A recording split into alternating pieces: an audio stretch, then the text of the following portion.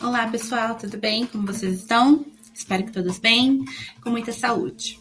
Bom, na aula de hoje nós vamos iniciar a resolução do vestibular da Unesp do ano passado, tá? Como são 10 questões de língua inglesa, eu decidi dividir em duas partes, né, em duas aulas, para que o vídeo não fique tão longo, tão cansativo, tá bom? Então hoje nós teremos a primeira parte da resolução da prova da Unesp do ano passado. A prova da Unesp é uma prova bem legal, digamos assim, apesar de a gente ter diversos conteúdos sendo tratados em inglês, é uma prova basicamente de interpretação de texto, tá? Então, por exemplo, vocês vão ver que nas primeiras questões, como essa que eu já coloquei aí na tela, a gente tem questões sobre geografia, tá? Mas que você não precisa ter conhecimentos específicos sobre o assunto que está sendo tratado de geografia, porque está tudo no texto, tá bom? Dentre essas questões também que são sobre esse texto, nós vamos ter questões até cobrando vocabulário de inglês, um pouco diferente das últimas provas que nós vimos nos outros vídeos, ok? Então vamos lá. O primeiro texto vai servir para responder as questões 21, 22, 23 e 24, tá? Então, nós temos um texto e 2 mapas. Esse texto vai trazer o assunto cerrado, né? O desmatamento e a falta de conservação do cerrado, que é uma área muito grande do nosso país, né? E também muito descuidada, né?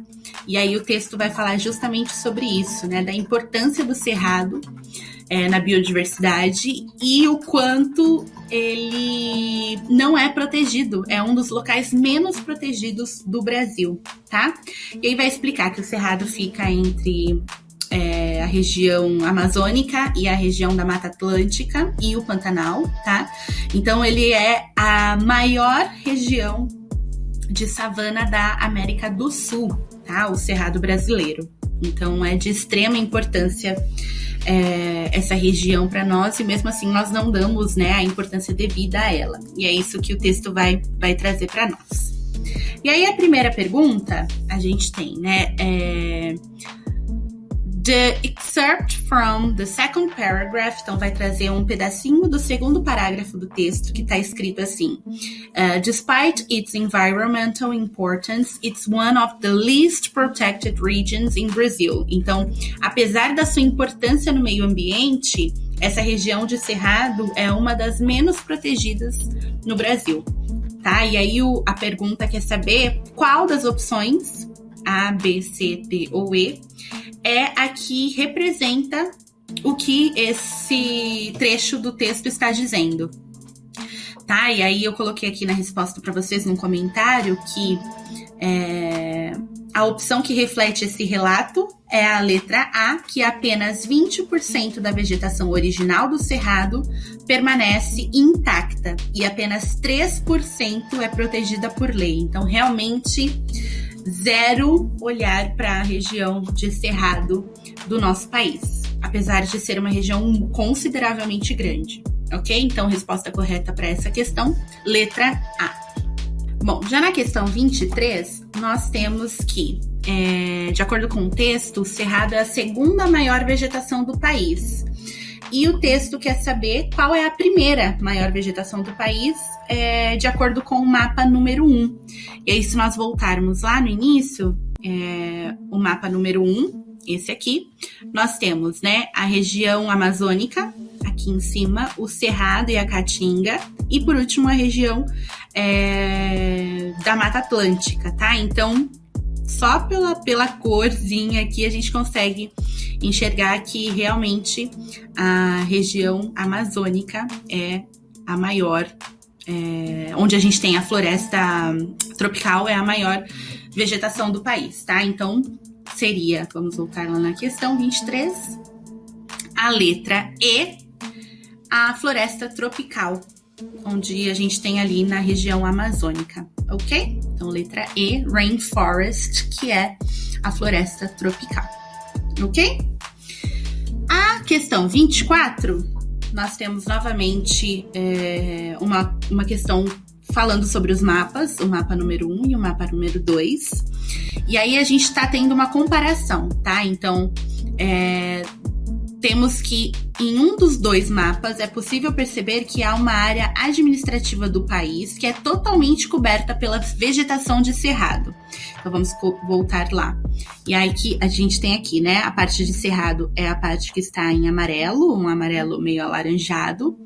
E se nós formos aqui no mapa do país, onde a gente tem os nomes dos estados, essa região central é onde a gente tem a vegetação de cerrado. E a região administrativa aqui, a questão se refere, seria bem aqui, a pequenininha, o Distrito Federal, logo ali do ladinho de Goiás, tá bom? Então, a resposta correta seria, questão 24, letra D, Distrito Federal, tá? Totalmente coberta pela vegetação de cerrado, ok? E a última questão, que já não é mais sobre o texto e os mapas, a gente tem uma outra questão agora. A gente está falando sobre o futuro populacional urbano e rural, tá? E aí a questão quer saber em que período a população urbana e rural estiveram equivalentes, tá?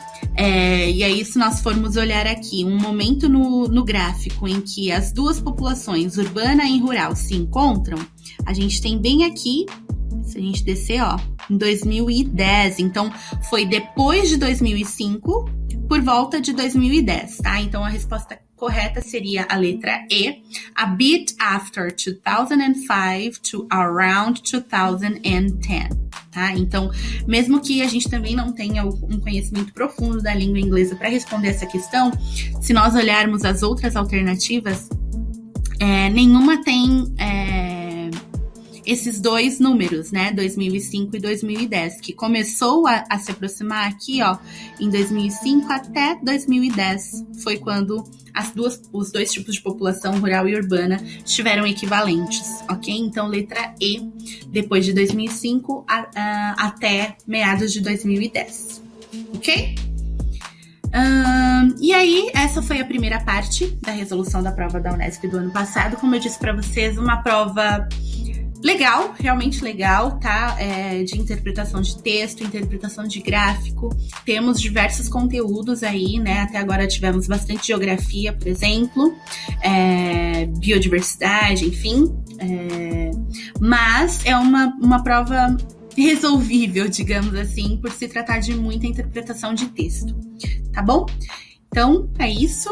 Nos vemos na próxima aula, quando teremos a segunda parte da resolução da prova da Unesp do ano passado, ok? See you!